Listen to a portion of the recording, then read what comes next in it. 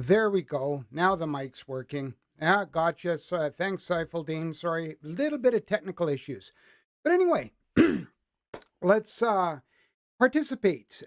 Introductions are nice. You can introduce yourselves in the chat. Let me know who you are, where you're from, what you do, your experience. Now, the other thing is asking and answering. The whole idea behind this is collaboration, pooling of knowledge. So if there's something gets asked in the chat and you know the answer to and you are definite in your answer, go ahead, answer it. Your knowledge and opinions count. That's what this is all about, forming community and comparing things and collaborating.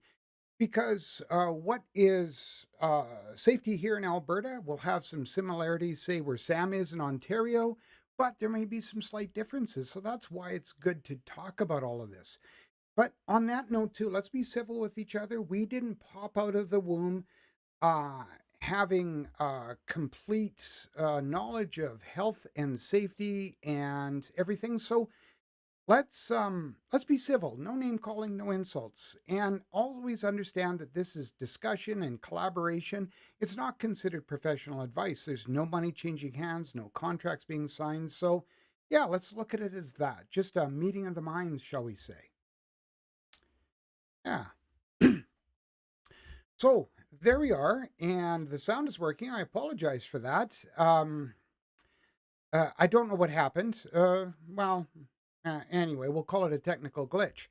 But getting into it and hoping that there's no more crashes or camera freezes or anything else like that. Today, want to talk about becoming a safety professional. Some of you are already established safety professionals, safety advisors, specialists, technical analysts, whatever your job title is, you're involved in safety. And some of you, that's what you do. But this is also for the benefit of others who are interested in transitioning to that, our vocation, our career. But um, just to maybe let's get into it and talk a bit further on what this means and becoming safety, shall we say. Now, what I see is there's three career paths. There's three ways that people end up being safety professionals. Now, the first one is kind of where I ended up. You're voluntold. You're now safety. You're doing safety. My career started long ago when I was in the logging industry, and I was a power saw operator and occasionally a machine operator. And I was also an industrial first aid attendant. And then I got voluntold I was doing safety. And as much as I tried to get out of it, no, it didn't work. But it took me down that career path. Now, there's others who have desire to change and wanted a challenge. And you know what? They chose safety. They thought they had a natural predilection that way, a natural career path in that direction. And so that's where maybe some of you entered in, or how some of you got to be where you are. And then there's the other group, those that are uh, tired of their career and thought that safety looked easy. And they thought, well, I'm just going to do safety because it's safety. What could be so hard? And you know what? Uh, all fine and dandy. I want to talk about that third one first, okay? And then I'll get into the other two. Now, if you've decided that safety looked easy and you just want a career change, you're tired of whatever you do, and you thought, well, you have a degree or you're quite smart or gifted in many different areas, and you know what? The last safety person made safety look easy. So you know what? It's got to be easy. So here's some questions I got to ask you how should I put it? Hey, let's look at it this way. If you think that you're naturally bent for safety, ask yourself some questions. Number one is, do you feel that there's no such thing as an accident? It's actually just a lack of planning, lack of preparation, and likely not following established procedures. Do you feel that safe work practices are step-by-step instructions that need to be followed and need to be followed in that orderly manner? They're not loose guidelines where the steps and those processes are just optional. Do you feel that the terms acceptable risk, acceptable consequence, acceptable loss are really not things that should be even thought of or considered? But you look at them as avoidable risk, avoidable consequence, and avoidable loss. Are you the kind of person that thinks that there's no choosing sides, that realistically it doesn't matter the political environment at work or what management wants or what workers wants? Your choice is choosing the health and safety of everybody. Do you believe that you're that person? Or do you feel, and the last one is, do you feel that there's no room for virtue signaling or the flavor of the day and the social and political narrative, that there's just safety, that that's what you need to be involved in? Your opinion otherwise doesn't matter except for safety. Now, excuse me, if you answered yes, regardless of your ill-conceived and misguided perception that our vocation, safety, is really easy and it's not a big deal, then you know what? Despite all of that, there's still hope for you. You still need to understand that there's a learning curve, but there's hope. Now, however, and this is a big however, if you're of the mistaken perception that those statements are full of wiggle room and they're really nothing more than just hollow platitudes and things that safety people say, then you know what? You might want to move on. In fact, do us a favor, move on. Because we as safety professionals make valuable contributions to the organizations that we work for, and the work we do has enough challenges as it is that we really don't need what you're bringing to the table. In fact, it just harms our credibility, and we need to take more time and put in more effort just to repair the damage that folks like you cause. So, really and truthfully, you have to understand that safety is a vocation. A lot of times it's considered a trade, but it also becomes our mindset. It actually is our mindset. That's why we are where we are. Now, I'm not saying that other people don't have that possibility of that same mindset. Okay, so let's look at the folks that are voluntold and just see some of the things that you might want to consider. So you're voluntold. You're told, hey, you're going to be safety. Now, once again, gotta lean on what I just said. Do you really want to be there? Is that your thing? Okay, and you know what? You're likely going to have to come to your employer and say, this is not me. Now, however, I tried that. I did. And my employer, excuse me about that, my employer pointed out a few things to me. He said, Kevin, you're the kind of guy that wants orderly steps. You look at precautions and risk and things like that. Are you sure this isn't for you? And really and truthfully, he did change my mind. Um, but in all of that, in your employer wanting to put you where you are, remembering that it's also up to your employer to maybe equip you. So the question needs to be asked is, will work pay for the courses and training that you're going to need? Because regardless of your past experience, regardless of your capabilities, there's a learning curve. And I'm pretty sure the safety professionals that are on the stream right now and in the chat will likely agree. And you know what? If you're catching the stream afterwards, leave me a comment. I'd appreciate it. In fact, you're likely would be able to point out something for me in that aspect and maybe change my mind. I don't know, but yeah, leave me a comment. Uh, Now, the next thing you want to consider is look at forming a network, getting into a network of people. There's associations, working groups, certifying groups. There's lots of groups out there. This, what I'm trying to form here, is an informal community. It's just a matter of gathering the minds together and collaborating and talking and discussing. But there's lots of local groups likely, and it's just up to you to look for them so they can be a help, especially while you're seeking the training you need and getting the education and experience. Remembering one thing, that those associations and groups, that network is going to be formed of individuals of all sorts of different compositions. And you're going to have different levels of experience, different occupations, and a lot of times it's good just to bounce ideas off a group. Whether you have access to email lists or user groups or whatever the case may be, I found it invaluable when I was first starting out, and I still have a network of folks that I discuss things with.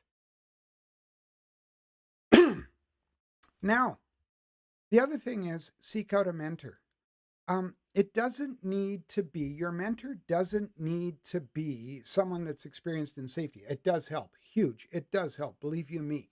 However, one of the cases that you might want to consider is anybody that has just a bit more experience in the business field or the work field than you. Or a lot of times, like I have a friend of mine that I bounce ideas all the time off of, and he's a geologist. He doesn't do anything with health and safety. But a lot of times, being removed from it, I can bounce stuff off of him and it helps. So, whether it be like a father confessor or a mentor or just someone that's an ear to you can bend is helpful. But ideally, someone to mentor you in your career path is it's a good notion. So, now the next person, that person who is up for that challenge and wants to do something different and feels that they really could lean a lot, or pardon me, bring a lot to the safety table. So you want to change, you want to challenge. Now, the first question you have to ask yourself is, can you afford the school and training? Because, and I mentioned it before, while past experience is valuable, there are points to learn. There's things that you need to learn about health and safety. Certificate and diploma and degree programs differ from country to country and sometimes in jurisdiction to jurisdiction. But a lot of them all have some of the same basic components. Like there's going to be pieces about OHS law and OHS structure, management theory, program design, uh, business basics, things like that. And really and truthfully, they're important things to learn. Now, I just want to give you a quick warning regarding those learning those skills in school and in your courses. A lot of times what happens is people think to themselves, well, I did this in school. I did it just so I could please the prof or get my mark. I'm not going to do it at work. There's a reason those programs are taught. And I've seen it time and time again where people will learn safety program design or safe work procedure design, even for that matter. And then when it gets time to they come into business, they write it their own way and it's really not worthwhile. So understand that you're going to need training and that training will provide you that good foundation for entering your new career. Now, the other thing to think about is job prospects. Keeping in mind that safety is as cyclical as the economy is, in fact, even more so. It's often been my experience that safety is oftentimes the first to go.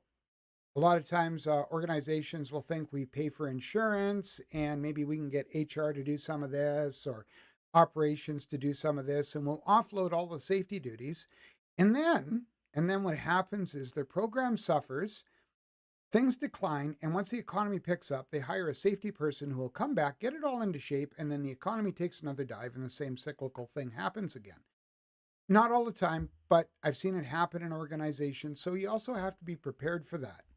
You have to be prepared that you might have career changes. And when I say that, you have to understand that you may be, I mean, let's say you're a section manager. Let's say that you've worked your way up to some sort of a section management in your occupation where you are. And you've decided, you know what? I really like the idea. I want to change. And I like the idea of safety. I like the idea of understanding risk, that risk can be controlled, and that it can help the overall health and safety of workers and benefit the organization. So you want to make that switch. Well, you might end up having to move to an entry level position. There might be that entry level transition. We all have to start somewhere, but you can also look at it this way. That first step on the ladder is usually the easiest one to take. They become a little bit more difficult and challenging every time you take another step. So once you get on that first step, you can learn and feel how that step is comfortable and get really familiar with it, then be ready to take that next step. So if you look at it like moving up the ladder, that's also helpful. It really and truthfully is. Now, Once again, the same thing applies. I can't stress it enough. Seek out networks and a mentor. Okay, this is a valuable process. It really is, because when we put ourselves in a silo, that's where we stay. And our programs, our skills, the contributions we make to our organizations are only going to be as good as what's in that silo. Now, if you get out and you understand that you are not the be all to end all as far as safety information goes and everything else like that, you know what? You're going to do well, because you'll be able to take on the experiences and absorb the experiences of others. You'll be able to learn from their mistakes. And if you've noticed, if you've watched the channel, I share a lot of the mistakes I've made in the past. Okay. If you encounter someone in your network or as a mentor who has never made a mistake, never had a stumble, you might want to steer clear of them, because you know what?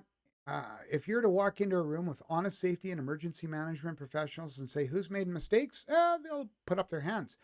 There's never been a group more anxious to share their mistakes, because they understand that doing so provides others benefit from that experience.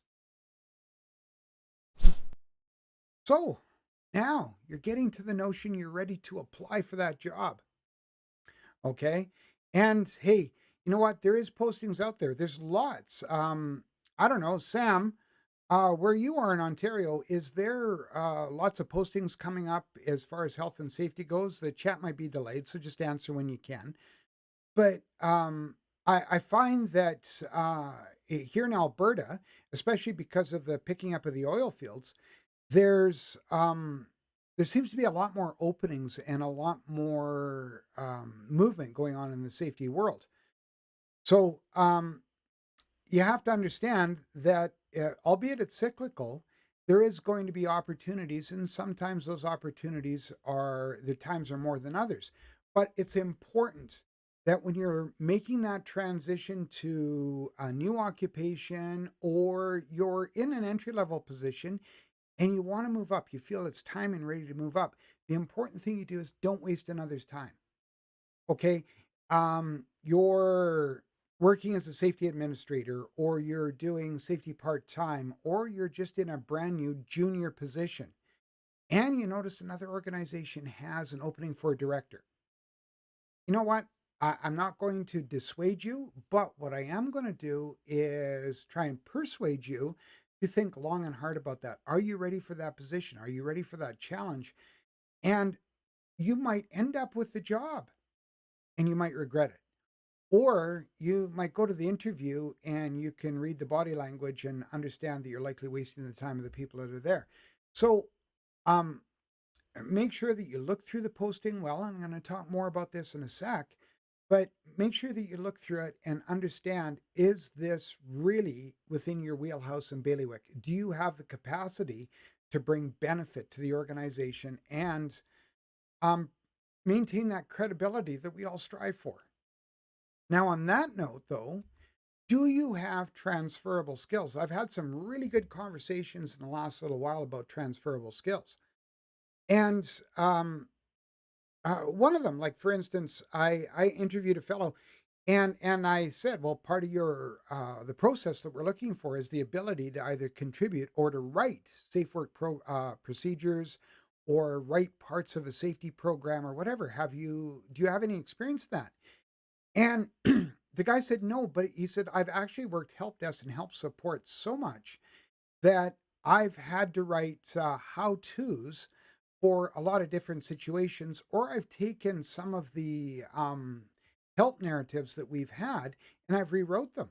And he said, really and truthfully, it's a step-by-step process. And so you have to understand what is chronologically in each step and make sure it's down there and in good, clear, readable language. And I thought, you know what? This might work. So understand that there is transferable skills. So when you're looking at those job postings, and what can I match? What do I have right now that I can match together with what's required there? And that's just an example. And really and truthfully understanding one thing, that it becomes a chicken and an egg thing. experience is really only gained in exposure. In other words, the doing of the job. Um, we can have all of the theoretical experience up in our heads, but the only real experience that we can get is from actual doing. Okay? There is no two ways about it. Now, the other thing I want to encourage you is just don't give up. Recently, I applied for a great many jobs, and nope, or as hey, your second choice, and whoever remembers second place, really, who does? Um, or thank you very much, but we've chose to move in a different direction.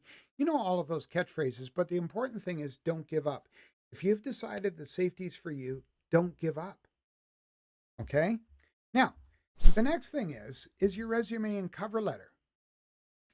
The important thing, and honestly, I've seen a lot of resumes and cover letters come through. Study the posting and the position and tailor both your cover letter and your resume to that posting. If you've got stuff in your resume that does not apply to that posting whatsoever or wouldn't lend any value to it, you know what? Take it out of there. Don't think that your employer, if it's not in the posting, is interested in it, or they are a potential employer. Because realistically, they've put that posting out there and they've put those requirements and those qualities out there because that's what they're looking for. So study the posting and tailor both your cover letter and resume to that posting.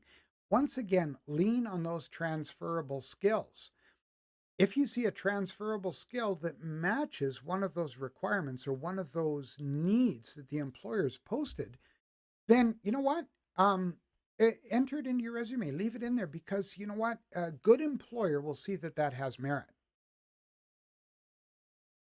Now, the other thing you want to do is parallel those, like I said, parallel those posting requirements with those skills. And if you can, share a short example. Don't get verbose and don't take half the page, but share a short example. And above all and beyond all, don't boilerplate. Do not save and just fill in the blanks in a cover letter or resume and send it off. Because you know what? People talk. They honestly do. People talk, and not only that, I can't tell you how many cover letters or resumes that I've had come my way, and the position, like they'll quote the position, and it isn't actually what was in the posting. So what they've actually done is just attached their boilerplated cover letter and resume into it. And don't do that because number one, it's an insult to the employer, and they think you haven't even got the want to devote the time and effort into actually forming a good cover letter and resume. What are you going to bring to the table for us? Even if you make it through the interview process, what are you going to bring to the table for us? So don't boilerplate it. Now, the interview process. You know, I can't tell you how many times I've been through and I've spent a day doing interviews. And Lord Almighty, it is exhausting. It's exhausting interviewing people for a position. And so when I go in there, and I'm fortunate that I was in those management positions and been through interviews and been on that other side of the table, so I can understand it, and it helps me when I get interviewed approach it in a different manner. So first off, number one is you're going to be nervous. Okay, honestly, everybody has it in some level. Some people maybe not as much, and some people they're shaking like leaves in the fall.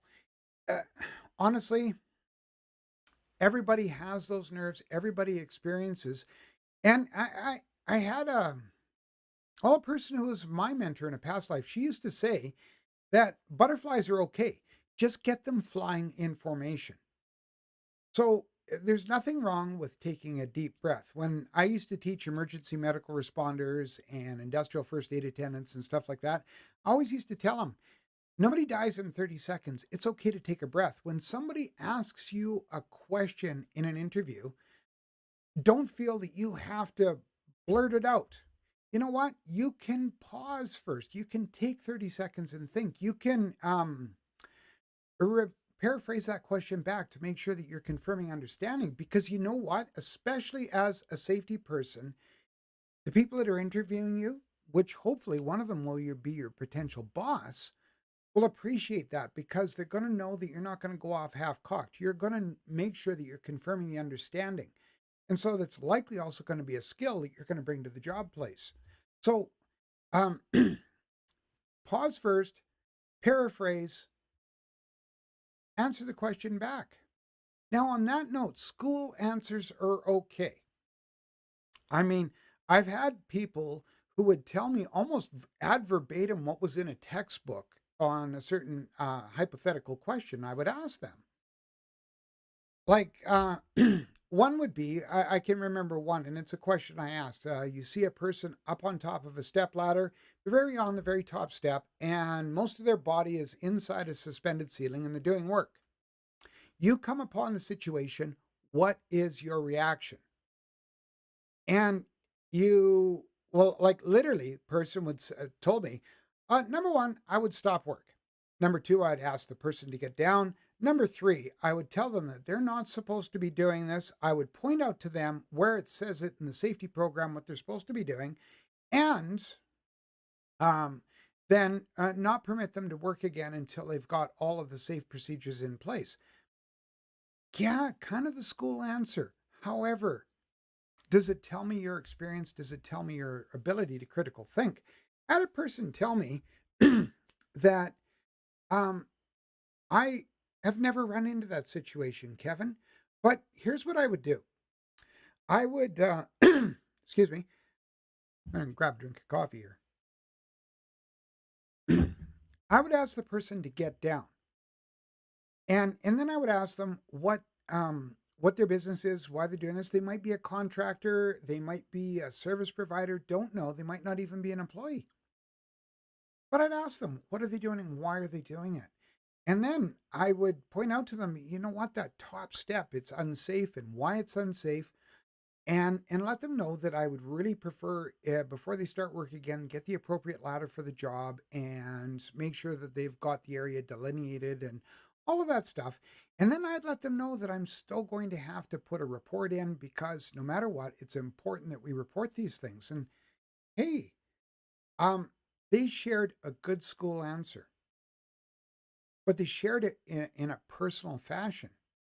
Now, you might also want to say that, you know what, I've never run into that. I really don't know how I would answer it as far as what you're looking for, but this is what I've done in the past. And I've had a person who was, when I was looking after building maintenance in an area, they were constantly parking in an area that wasn't the parking spot. And so what I did is I just made sure that I was there first thing in the morning. And I said, look, we're having difficulty. We need this area for service providers and repair people when they come here. So I'm going to have to ask you if you'd move somewhere else, please. And I delineated it off the area before that. And so understanding that, you know what, more flies are one with honey. And it's like, wow, okay, that's a good answer because it shows that critical thinking and it shows the appropriate process, that step-by-step process. Now, the other thing that you want to understand is avoid word salad. A lot of times when we're nervous, and I fall into this trap. I know you wouldn't think so, would you? But a lot of times when we're nervous, we will feel that we have to fill the silence with words. Try to keep your answers as simple and as short as possible. It's super helpful. Now, whoops, I didn't mean to do that. Let's try that. Now, that's pretty much it as far as becoming a safety professional goes. You know what? It's always helpful, and I don't mind when people reach out, whether it be on Facebook or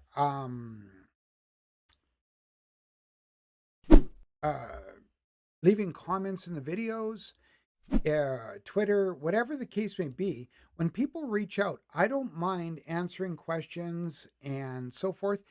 And by all means, I think it's important to be able to help and give back. So that's why I've formed this channel. That's why I do it. Because believe you me, there's no pay.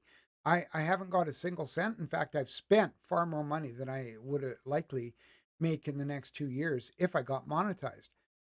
But it's a good hobby. It's a good for a way for me to give back. And if you want to develop any other additional skills, I think two of them that you really need to learn how to do is number one, speaking in front of people. And if anything, understanding that they're there to hear what you have to say, not you saying what you're going to say, but they're here to hear what you have to say. So, understanding that public speaking, nobody likes it.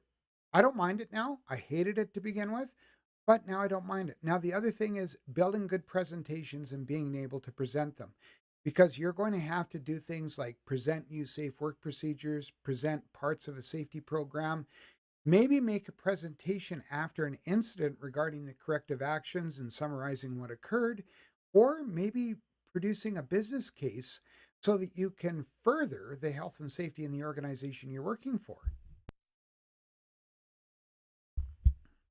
So, those are a couple of skills that I would say, if anything, public speaking, making presentations, getting adept at PowerPoint and Office suites are all good things to learn. Now, next thing, of course, now we're going to transition to the Q&A. And Saifuldin, thank you for joining us, because all of them are from you. I had one that I answered in a video about climate change, and it came in through a different venue, so I wasn't going to include it in the video or in the live stream today.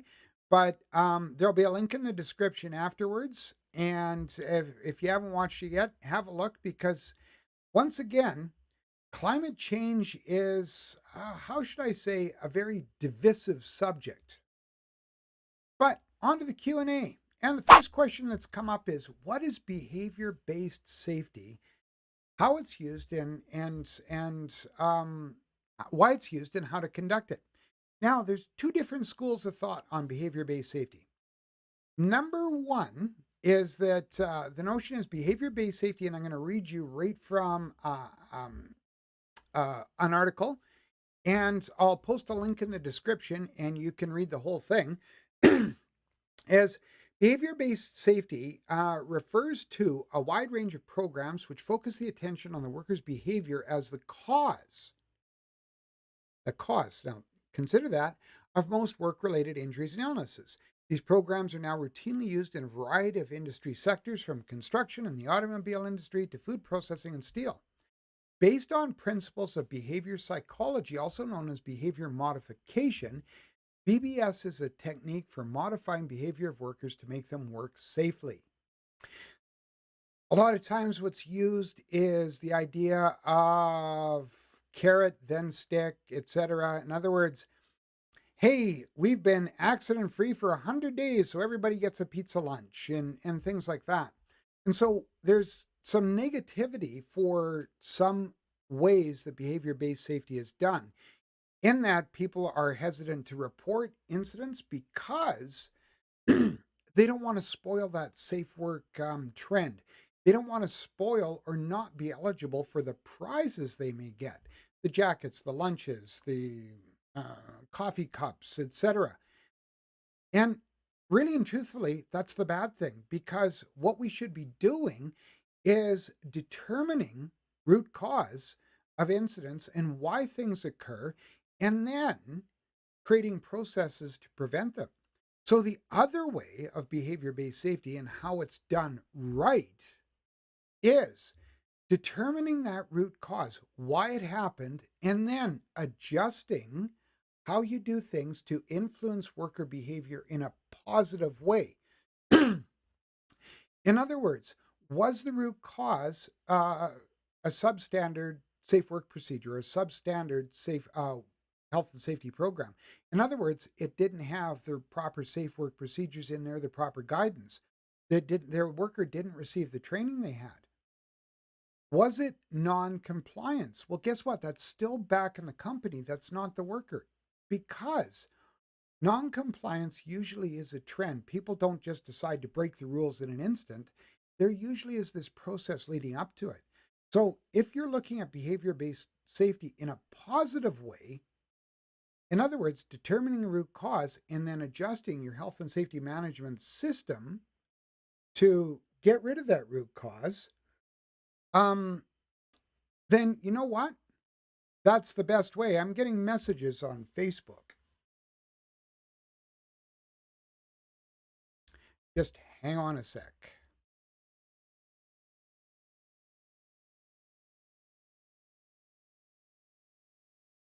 There we go. Sorry about that, folks. But anyway, that's behavior-based safety. And so there's like and I'll leave an article in the description afterwards, and you can click on it and read it.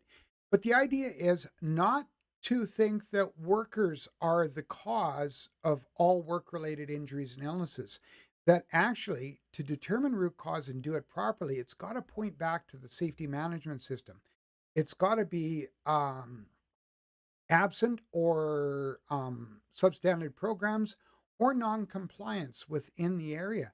And that non-compliance still is the responsibility of the employer. Seifeldien, I hope that answered your question. That one at least, anyway.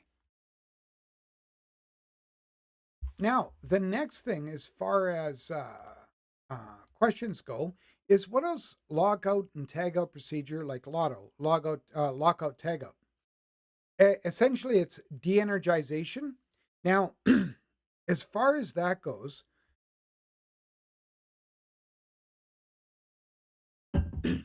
lockout and tagout has so many variables that it's important to understand the whole entire process. Ideally, the short answer is de-energizing and securing moving machinery or equipment before it's worked on. And it's usually done by a series of locks where you can lock out any of the energizing activators, such as the buttons or keys for starting a motor, or levers or cranks or wheels and things like that. You can lock them out before any work or service is done. But lockout procedures can get so complex. You can have a locking system. You can have where you have different locking points or different locking stages. Either way, all of it is, the short answer is to de-energize the equipment so that it can be worked on, maintained, and fixed. And there's all sorts of different processes. It might be either a good live stream subject to do the whole thing, or I think it would be too long for a video. I think if there wasn't some interactivity, it would be too long a video and people wouldn't pay attention to it because, like I said, there's different stages and different levels of complexity. So if you would like to see it and take part in a live stream with it, let me know and leave me a comment below, and maybe we can put something together and think about it.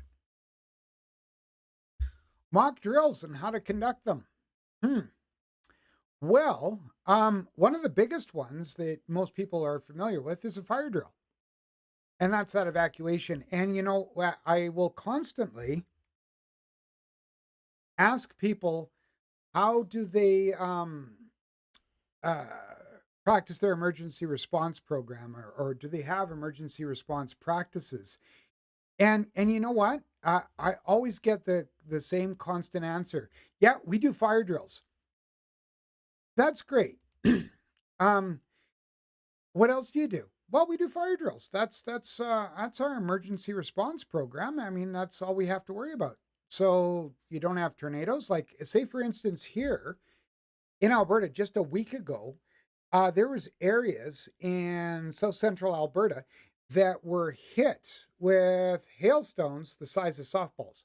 In fact, the largest hailstone that ever fell in Canada was recorded falling here last week. I wonder if that would be the stuff of a good emergency response procedure, because there was several businesses that had to rethink their business continuity process as a result of that. So, um, a mock drill is conducted a couple of different ways. You can have a physical one, which is obviously like a fire drill, where everybody evacuates, count heads, blah blah blah, go back inside. Um, or you can also have, which is a a tabletop, where you have a mock scenario.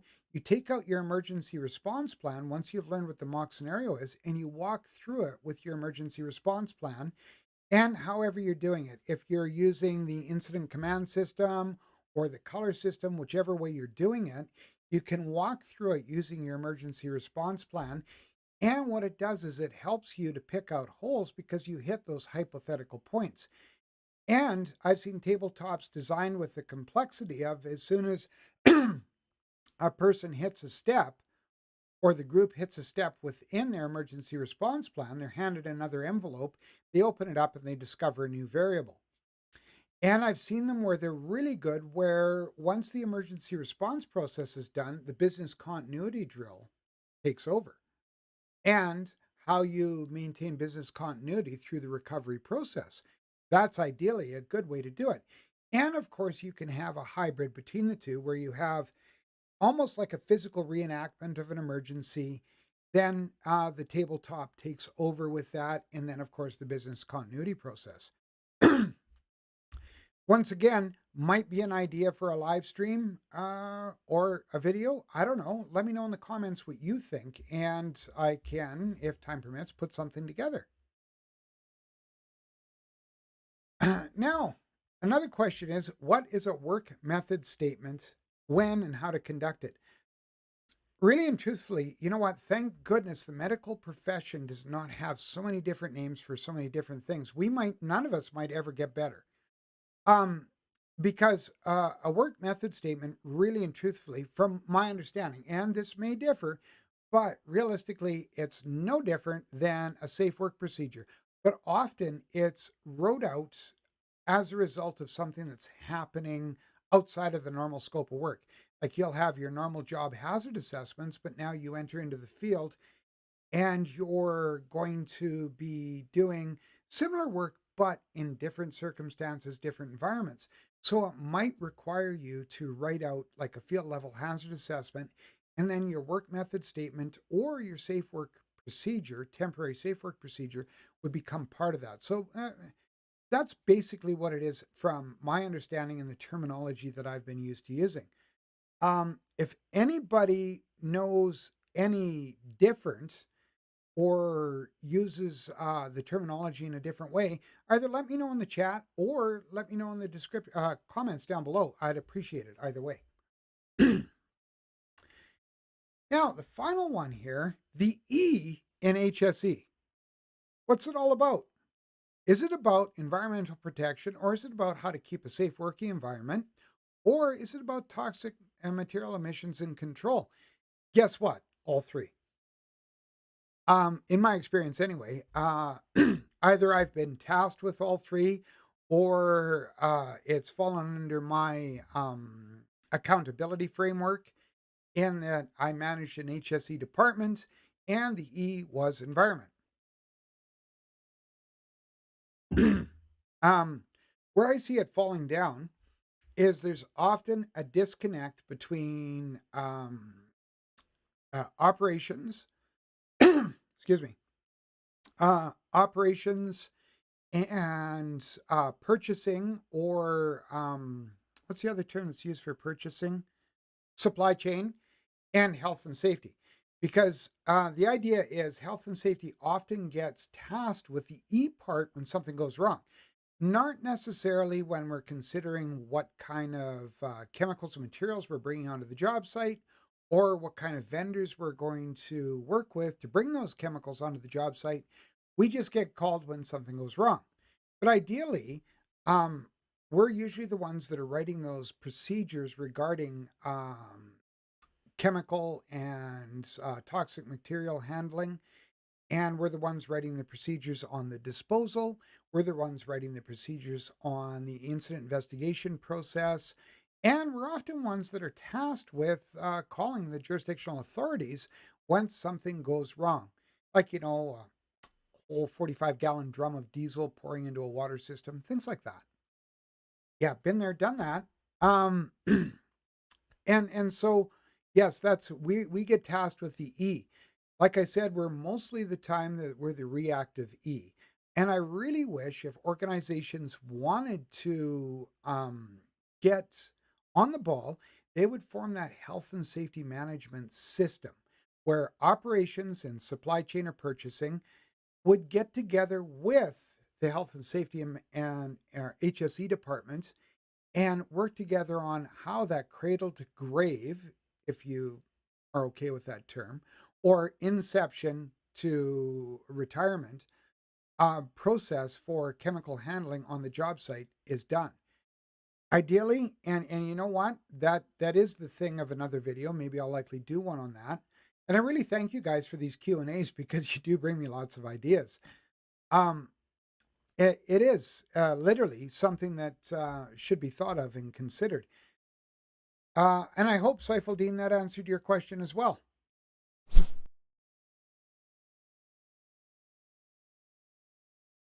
So, yeah, that is pretty much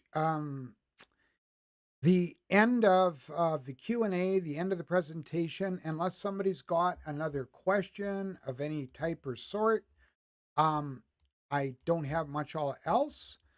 Does anybody have any questions, any thoughts, any concerns, any thoughts for upcoming videos? Yeah. And once again, too, if you do have other questions after the video's over, throw them in the comments or in the comments of any other videos. By all means, I appreciate, like I said, I appreciate the input either way, even if it's critical input or if it's complimentary input or if it's just questions requiring an answer. I appreciate all the interaction.